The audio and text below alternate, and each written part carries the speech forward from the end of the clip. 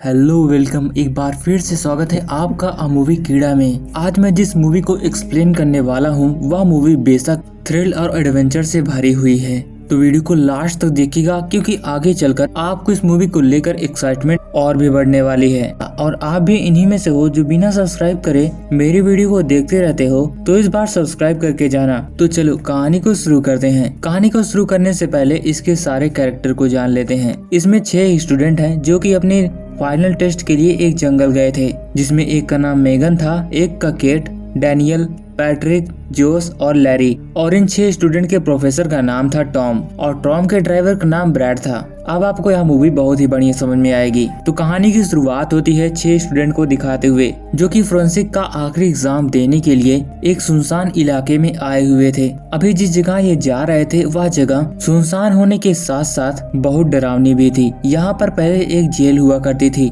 लेकिन अभी वह जेल खंडहर बन चुकी थी क्योंकि एक बार यहाँ पर एक भयानक हादसा हुआ था और अभी वह सब मर चुके थे, लेकिन उनकी लाशें अभी भी वहीं थी। जिसके बाद हम प्रोफेसर टॉम को देखते हैं जो कि उन स्टूडेंट की टेस्ट की तैयारी कर रहे थे। वह अलग अलग जगह पर एक अलग अलग लाश रखते हैं ताकि वह इसकी रिसर्च करके इसकी रिपोर्ट बनाकर टॉम को दें। और यही उन 6 स्टूडेंट का टेस्ट था जिससे कि उनका सर्टिफिकेट तैयार किया जाने वाला था और यही सर्टिफिकेट उन 6 स्टूडेंट का करियर बना सकता था। अभी यहाँ पर टॉम की मदद उस एरिया का ऑफिसर भी कर रहा था। जब टेस्ट की सारी तैयारी हो गई तो ऑफिसर वहाँ से चला जाता है और टॉम से जाते जाते यह कह गया कि वह अगली सुबह उन सबको लेने आएगा। और उधर उन स्टूडेंट को पिक करने के लिए टॉम का असिस्टेंट ब्रैड उनके लिए गाड़ी लेकर पहुंचा। सभी स्टूडेंट बस में चढ़ जाते हैं और ब्रैड जंगल के बीच ले जाते हुए उन्हें टॉम की केबिन के पास ले आता है। जैसे ही सभी स्टूडेंट टॉम के पास पहुंचते हैं वैसे ही वह उन्हें एक गाइडलाइन की बुक देते हैं और उन्हें बताते हैं कि तुम्हें क्या क्या करना है। टॉम ने यह बताया कि उन्हें 3 टीम में बांटा जाएगा। हर टीम में 2 लोग होंगे और उन दोनों को मिलकर अपनी रिपोर्ट तैयार करनी है और इस रिपोर्ट को शाम तक मेरे पास सबमिट करना है। टॉम उन सभी के मोबाइल ले लेता है और उनको वॉकी टॉकी से बात करने के लिए कहता है। टॉम वॉकी टॉकी लाने के लिए ब्रैड को अंदर भेजा गया। ब्रैड अंदर जाकर वहाँ पर ड्रग्स लेने लगता है क्योंकि उसके पास यही एक मौका था ड्रग्स लेने का। वह जैसे ही चुपके से ड्रग्स जला रहा था वैसे ही गलती से उसका पैर एक केमिकल पर लग गया और वह केमिकल गिरकर थोड़ा सा वॉकी टॉकी पर गिर गया और वॉकी टॉकी पूरी तरीके से खराब हो चुका था। इसीलिए वह डर के मारे टॉम से यह बात नहीं बताता और उसी वॉकी टॉकी को वह स्टूडेंट को दे देता है। सभी स्टूडेंट अपनी अपनी टीम बना लेते हैं। पहले टीम में डैनियल और पैट्रिक थे, दूसरी में मेगन और केट, तीसरे में जोस और लैरी। उनकी 3 टीम बनने के बाद उन तीनों को अलग अलग दिशा में भेज दिया जाता है क्योंकि टॉम ने उनके टेस्ट के लिए अलग अलग जगह पर लाशें छुपाई थी। एक बस के नीचे थी, एक कार की डिग्गी में और एक झील के पास। और टॉम इधर केबिन में अपने बैठकर वहां लगे सभी कैमरा से यह देख रहा था कि आखिरकार स्टूडेंट काम कैसे करते हैं। और इधर ब्रैड स्टूडेंट के लिए खाना बना रहा था। तभी वह नोटिस करता है कि उसकी रखी सब्जियां वहां से गायब हो जाती हैं। ब्रैड यह देखकर डर जाता है क्योंकि वहां पर सिर्फ उसके अलावा कोई और नहीं था। वह यह बात प्रोफेसर टॉम को बताने के लिए जाता है। कहता है कि यहाँ पर कोई और भी है जो हमारे ऊपर नजर रख रहा है, लेकिन टॉम उसकी एक भी बात नहीं सुनता और टॉम उससे कहता है कि तुम्हें जो काम दिया गया है वो करो, जाकर तुम सभी स्टूडेंट को खाना देकर आओ जो बनाए हो। ब्रैड खाने को टिफिन में पैक करके जंगल में उन्हें देने के लिए निकल जाता है। रास्ते में जब वह पेशाब करने के लिए एक जगह रुका तो उसकी नजर पड़ी कि एक छोटे से केबिन में भी एक लाश पड़ी थी। ब्रैड यह देखकर हैरान था क्योंकि ब्रैड को पता था कि टॉम ने कहां कहां लाशें रखी हैं और यहाँ पर उसने कोई लाश रखी भी नहीं थी। ब्रैड तुरंत ही दौड़ते हुए मेगन और केट के पास आता है और उन्हें यह बताता है कि वहाँ उस छोटे केबिन में भी एक लाश है। यह बात सुनकर मेगन तुरंत ही टॉम को यह बात वॉकी टॉकी से बताती है। टॉम बताता है कि अरे वो ब्रैड ने नशा किया होगा और इसीलिए वह ऐसी बहकी बहकी बातें कर रहा है और मैंने उस केबिन में कोई भी लाश नहीं रखी थी। लेकिन बार्ड के बार बार कहने पर आखिरकार इसलिए आखिर में केट उसके साथ जाती है। केट वहाँ देखती है कि वहाँ पर सच में एक बॉडी थी। केट यह सब चीज टॉम को तुरंत ही बताने वाली थी, लेकिन उसका वॉकी टॉकी तो खराब था। वह वॉकी टॉकी से बात करने की कोशिश करते हुए बाहर आती है। तभी ब्रैड देखता है कि वह लाश सांसें ले रही थी। वह यह चीज केट को भी बताता है, लेकिन केट इस बात को अनसुना कर देती है। अब तो केट को भी लगने लगा था कि ब्रैड ने कुछ ज्यादा ही नशा कर लिया है। वो उसे कहती है कि चलो मैं झील वाली लाश को देखने के बाद इसको भी देख लूंगी और केट वापस मेगन के पास चली जाती है। ब्रैड यह सब देखकर दंग रह गया था। और वह अगले टिफिन पहुंचाने के लिए डैनियल और पैट्रिक के पास जाता है और उन्हें बताता है कि यहाँ पर जो चीज हो रही है किसी को भी नहीं दिखाई दे रहा, तो इससे अच्छा है कि तुम सब सावधान रहना। ब्रैड की बातें सुनकर पैट्रिक और डैनियल थोड़े देर के लिए परेशान हो गए, फिर भी वह दोनों तय करते हैं कि वह उस लाश की जांच करेंगे। और जब रिपोर्ट देने के लिए टॉम को वॉकी टॉकी से कनेक्ट कर रहा था, तब उनका वॉकी टॉकी कनेक्ट ही नहीं हो रहा था, जिसके बाद वे दोनों केबिन की ओर बढ़ने लगे। पैट्रिक वहीं पर जाते जाते एक जगह गिर जाता है और वह देखता है कि वहाँ पर कोई आदमी भाग रहा था। पैट्रिक जब दोबारा उस ओर नजर गुड़ाता है तो वहाँ पर कोई भी नहीं था। पैट्रिक यह बात डैनियल को भी बताता है, लेकिन डैनियल कहता है कि लगता है कि तुमको ब्रैड ने कुछ ज्यादा ही डरा दिया है। और वे दोनों फिर से एक बार कैबिन की ओर बढ़ गए थे। इधर मेगन अपनी रिपोर्ट तैयार कर रही थी एक कैबिन में बैठकर, और केट उस लाश को देखने के लिए जाती है जो कि छोटी केबिन में उसने देखा था। जब केट वहाँ पर जाकर देखती थी, वहाँ पर वह लाश थी ही नहीं। केट यह देखकर हैरान हो जाती है कि आखिर वह लाश गई कहाँ। इधर ब्रैड भी अब केबिन की तरफ लौट रहा था। उसने रास्ते में उसी जिंदा लाश को देखा जो कि उस छोटे केबिन में थी। वह उसे देखकर तुरंत ही भागा, तभी वह एक दीवार से टकराकर नीचे गिर जाता है और वह वहीं बेहोश हो जाता है। और इधर अब केट भी वापस केबिन की ओर बढ़ रही थी, लेकिन रास्ते में उसे वही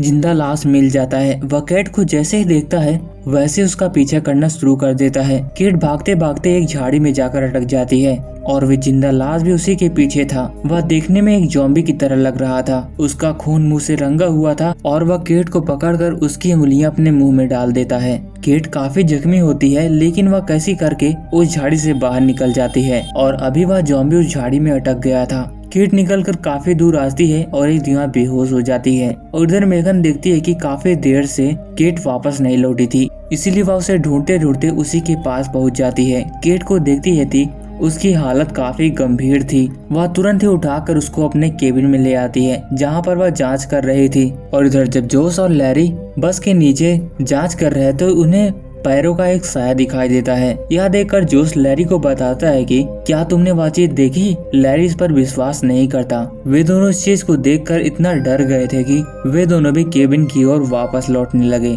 इधर मेगन जब तक केट को केबिन के अंदर लाती है तब तक उसकी सांसें थम जाती हैं, क्योंकि उसका काफी खून बह चुका था। वह बार बार टॉम से कनेक्ट करने की कोशिश कर रही थी, लेकिन वह वॉकी टॉकी ठीक से काम ही नहीं कर रहा था। अब मेगन को पता लग गया था कि इस जंगल में कुछ ना कुछ तो जरूर है, इसीलिए वहाँ की सारी खिड़की दरवाजे को बंद करके एक कोने में बैठ जाती है। इधर ब्रैड भी होश में आने के बाद तुरंत ही टॉम के पास पहुँचता है। वह उसे सब कुछ बताता है, लेकिन टॉम उस पर विश्वास करने के लिए तैयार ही नहीं था। तभी वहाँ का सारा सिस्टम बंद हो जाता है क्योंकि लाइट वहाँ की चली गई थी। जैसे ही टॉम जाकर वहाँ का इलेक्ट्रिसिटी की लाइन चेक करता है, उस पे वही केमिकल गिरा था जो कि वॉकी टॉकी पे गिरा था। यह देखकर टॉम ब्रैड को काफी ज्यादा झाड़ता है। और इधर डैनियल और पैट्रिक एक बार फिर से उसी कार के पास पहुंचे थे क्योंकि उन्होंने अपना कुछ सामान भुला दिया था। और वहां जाकर वह देखते हैं कि वहां की लाश खाई हुई थी। पैट्रिक यह सब देखकर डर जाता है, लेकिन डैनियल को लग रहा था कि इस लाश को किसी जानवर ने खाया होगा।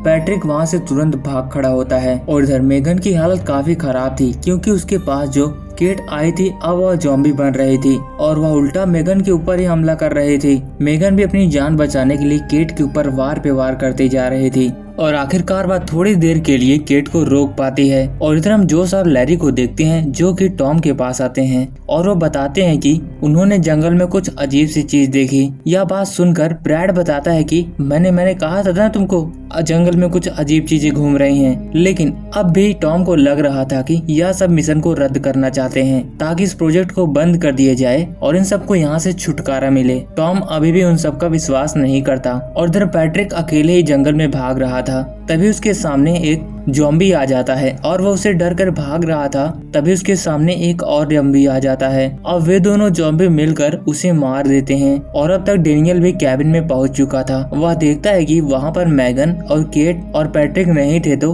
वह मेगन को ढूंढने के लिए वहां से कुछ हथियार लेकर निकल जाता है क्योंकि मेगन उसकी गर्लफ्रेंड थी। और धन मेगन के बार बार केट को मारने के बाद भी वह जिंदा होती जा रही थी और पैट्रिक भी अब ज़ॉम्बी बनकर मेगन के केबिन के आसपास ही घूम रहा था। जैसे ही केट मेगन की ओर बढ़ रही थी वैसे वह लकड़ी का एक टुकड़ा उखाकर उसके सिर में धंसा देती है, जिसके बाद केट वहां पर तुरंत ही मर जाती है। मेगन को यह बात पता लग गई थी कि अगर इन ज़ॉम्बियों को सिर से मारा जाए तो यह मर जाएंगे। और अब तक पैट्रिक भी उसके केबिन में आ चुका था पैट्रिक भी मेगन को देखकर उसके ऊपर हमला करता जा रहा था। तभी मेगन वहाँ के रखे केमिकल से एक ऐसा विस्फोटक बनाती है जिसको वह पैट्रिक के मुंह में डाल देती है। जैसे ही वह विस्फोटक फटता है वैसे ही पैट्रिक वहीं पर मर जाता है। जिसके बाद मेगन उस कैबिन के ऊपर जाकर चढ़ जाती है। अब उसे कैसे भी करके इस जंगल से बाहर निकलना था। और इधर टॉम तभी खिड़की से बाहर देखता है तो उसे वह ज़ॉम्बी मिल जाता है। अब जाकर टॉम को विश्वास हुआ कि ब्रैड और जोस और लैरी यह तीनों सच कह रहे थे।